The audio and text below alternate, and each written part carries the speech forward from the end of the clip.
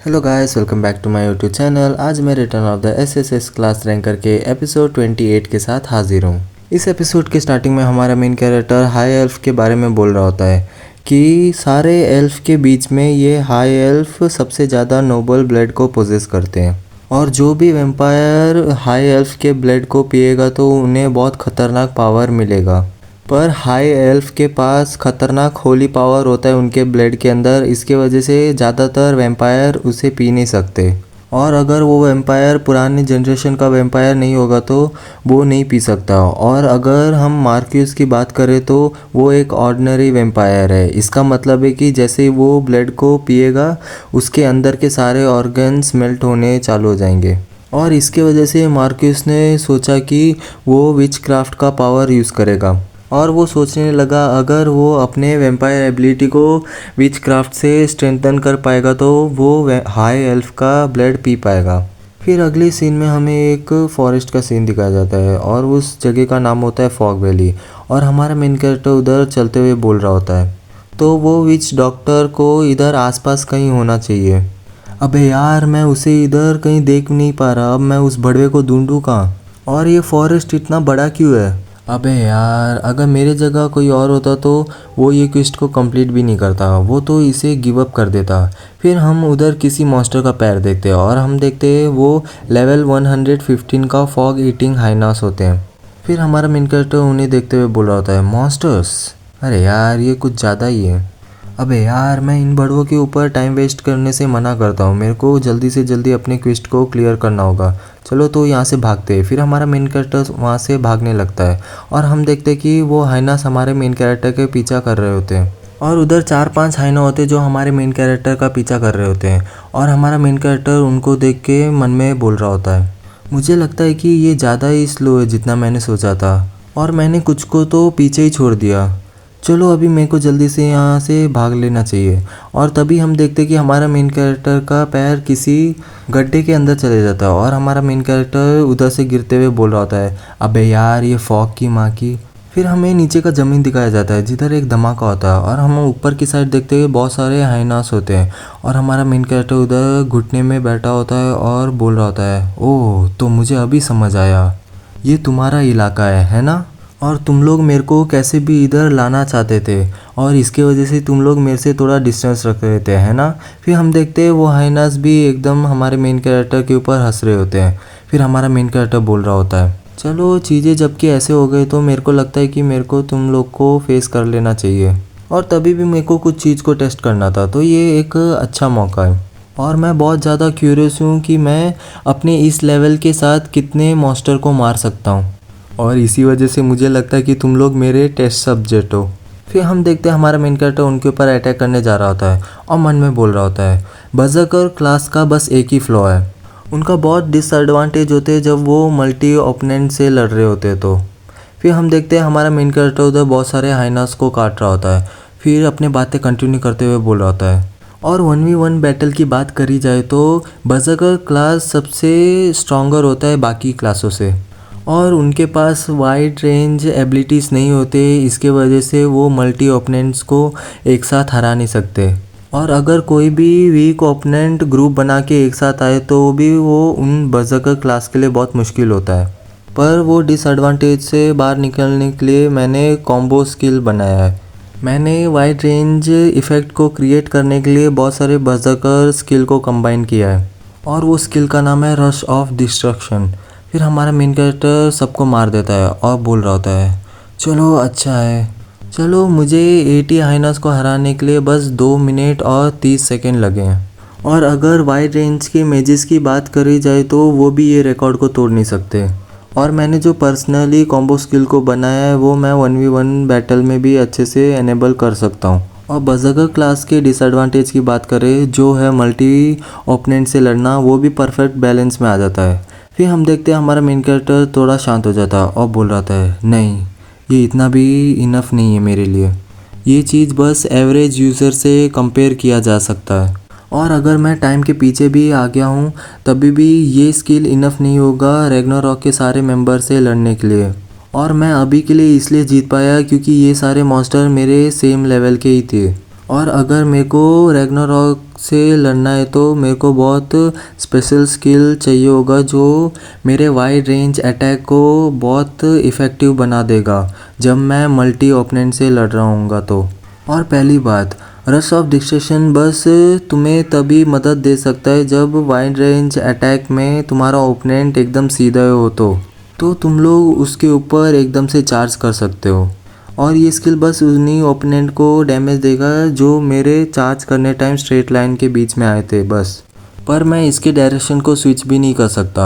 और सबसे मुसीबत बात यह है कि जब बहुत सारे ओपोनेंट मेरे आजू बाजू में हो तो मैं इस वाइड रेंज अटैक को यूज़ भी नहीं कर सकता।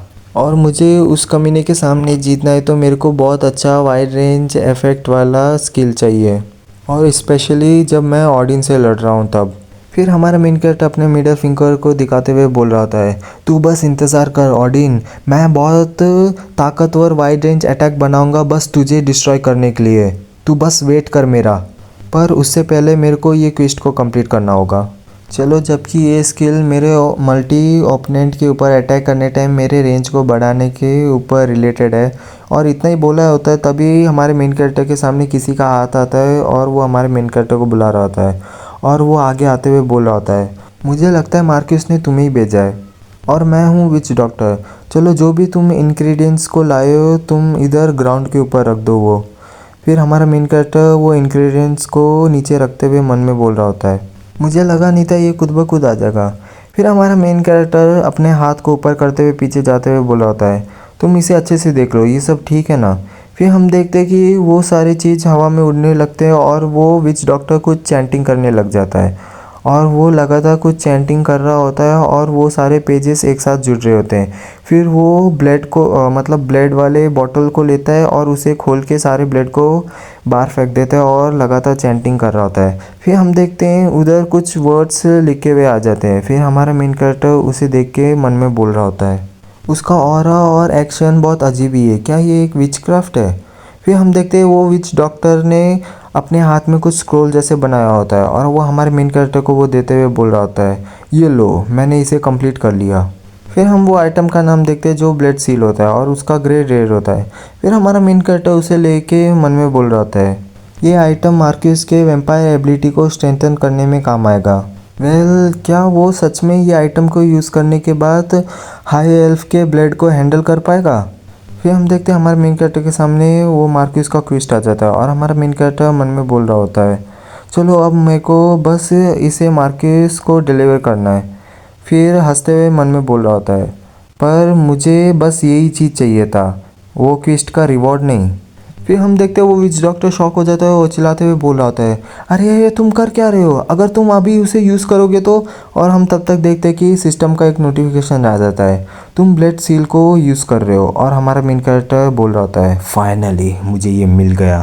फिर हम देखते हैं बहुत सारे सिस्टम के नोटिफिकेशन आ रहे होते हैं, अगर तुम अपने टारगेट को हिट करोगे तो तुम उसके विटैलिटी 3% से ऑब्जर्व कर सकते हो और तुम्हारा सील कोई स्ट्रेंथन या रिमूव नहीं हो सकता।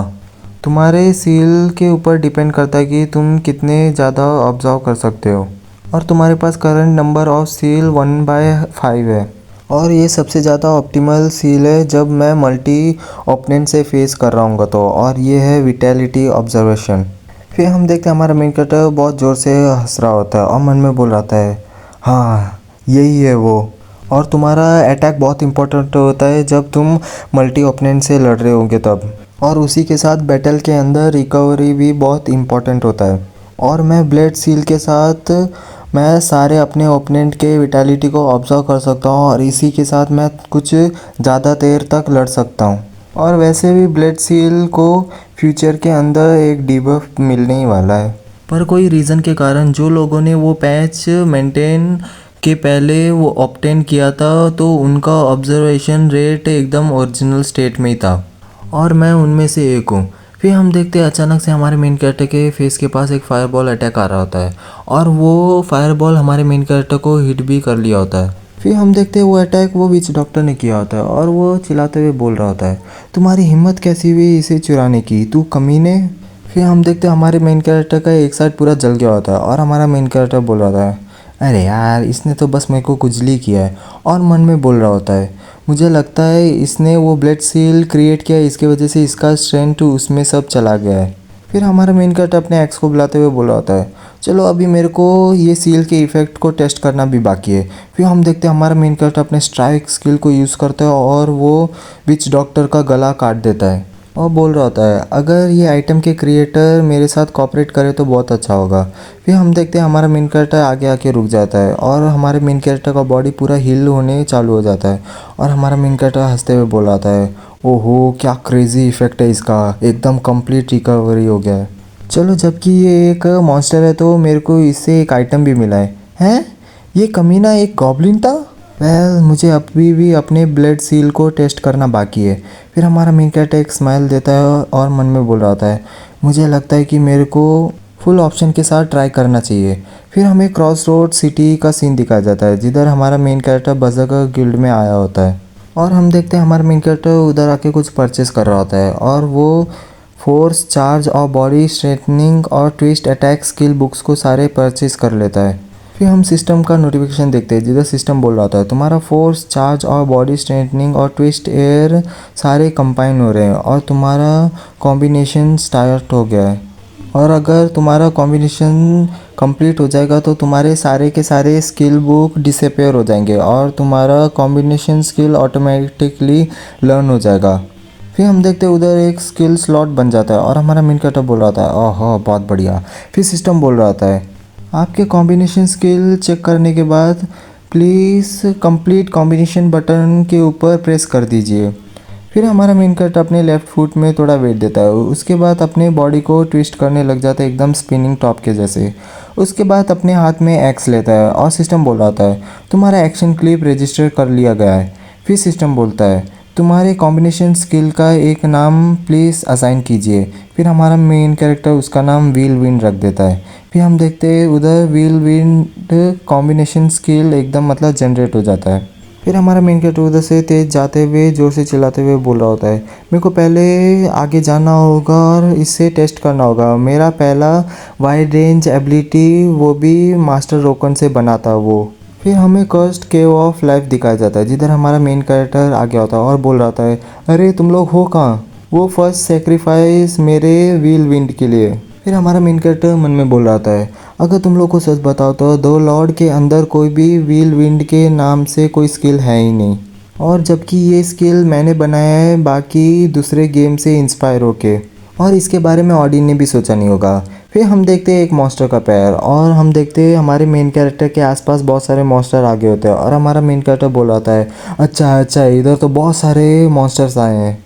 मैं बस ये होप कर रहा था कि वो हाइना से बहुत ताकतवर मॉन्स्टर इधर आए और ये बहुत अच्छा है। और हम देखते हैं कि वो लेवल 120 वेयरवुल्व्स होते हैं और वो हमारे मेन कैरेक्टर के ऊपर अटैक करने आ रहे होते हैं और हमारा मेन कैरेक्टर बोल रहा होता है, आओ आओ सब एक साथ आओ। और हम देखते हैं कि एक मॉन्स्टर हमारे मेन कैरेक्टर का हाथ काट लेता है और एक मॉन्स्टर हमारे मेन कैरेक्टर का पैर, और हमारा मेन कैरेक्टर के मतलब हर जगह से खून निकल रहा होता है और हमारा मेन कैरेक्टर बोलता है, चलो ठीक है। और सिस्टम बोल रहा होता है, तुम्हारे 20% विटेलिटी बाकी है और तुम्हारा फिजिकल एबिलिटी डिक्रीज हो रहा है। फिर हमारा मेन कैरेक्टर उनको एक स्लैश मार के दूर करता है और बोल रहा है, चलो तुमने बहुत अच्छा काम किया है, अब ये मेरी चांस है, अब मैं तुम लोग को मास्टर रोकन का नया स्किल दिखाऊंगा। फिर हमारा मेन कैरेक्टर अपने व्हील विंड को यूज़ करता है और सारे को स्लैश मार के जा रहा होता है और हम देखते हैं हमारे मेन कैरेक्टर का भी आँख एकदम लाल हो जाता है और उधर एक टॉर्नेडो जैसे बन जाता है और सारे मॉन्स्टर के कई हाथ पैर सब कट रहे होते हैं मतलब।